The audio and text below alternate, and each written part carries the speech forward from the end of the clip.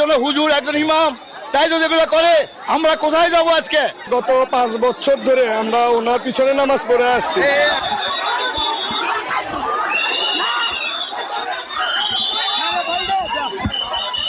একজন হুজুর একজন ইমাম, তাই যদি এগুলো করে আমরা কোথায় যাব আজকে?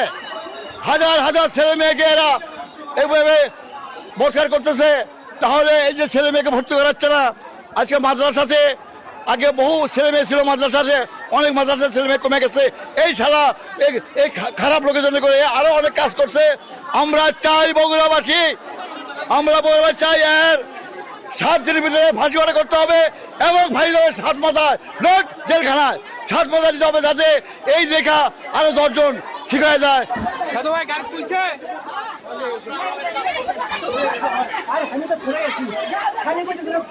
এখানে আমাদের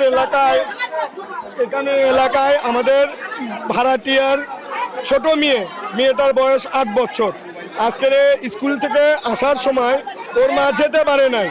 সেই সুযোগে এই হুজুর মাদ্রাসা থেকে আসার সময় বলছে যে তোমার বাবা মা আসেনি, চলো আমি তোমাকে নিয়ে যাই।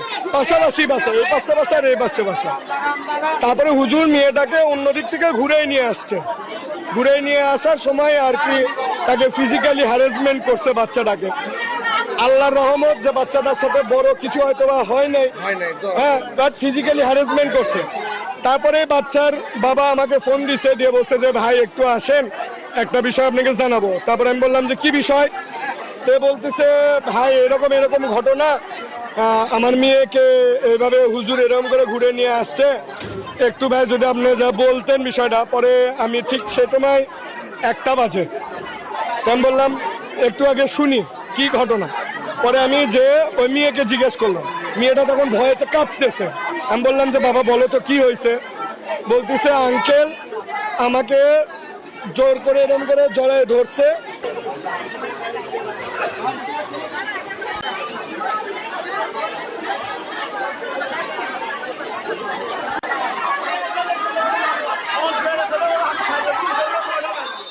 স্কুলে পড়ে, ওই স্কুলে স্যার পড়ায়, তো ওনার আম্মা নিয়ে আসে, নিয়ে যায়। তো হুজুর বলে যে যেদিন না যেতে পারবে আমি নিয়ে আসবো, নিয়ে এসে আজকে আর আম্মা নিয়ে যেতে আনতে পারিনি, ও আনছে। ওইবার আনার সময় কি করছে, রাস্তাটা না নিয়ে এসে গলি দিয়ে নিয়ে এসছে। গলি দিয়ে নিয়ে এসছে, মেয়ে হচ্ছে যে জড়াই ধরছে, এলে গালে কামড় মারছে, ঠোঁটে কামড় মারছে, নিয়ে এসে বাসাত নিয়ে এসেছিল। বাসাত বউ আসছিল না, হুজুরের বাসাতে নিয়ে এসেছিল। তারপরে মেয়ে বলছে যে কাউকে যেন না বলা হয়, ভয় দেখাচ্ছে যে এই কথা যেন কাউকে না বলো, বাবা মা বলতে নিষেধ করছে। তখন পুলিশে মেয়ে তখন বাসায় হচ্ছে যে ঢোকার পরে কান্না করছে, বলছে যে আম্মু আমি এখানে থাকবো না, আমি ওই স্কুলে পড়াশোনা করবো না, আমাকে আমার দাদি বাসা থেকে এসে না নানি বাসা থেকে এসে। বলছে কি তোমার স্যার মারছে, পড়াশোনা করনি? তো বলছে যে না। তখন মেয়ে কান্নাকারি করছে যে হুজুর আমাকে এই অবস্থা করছে।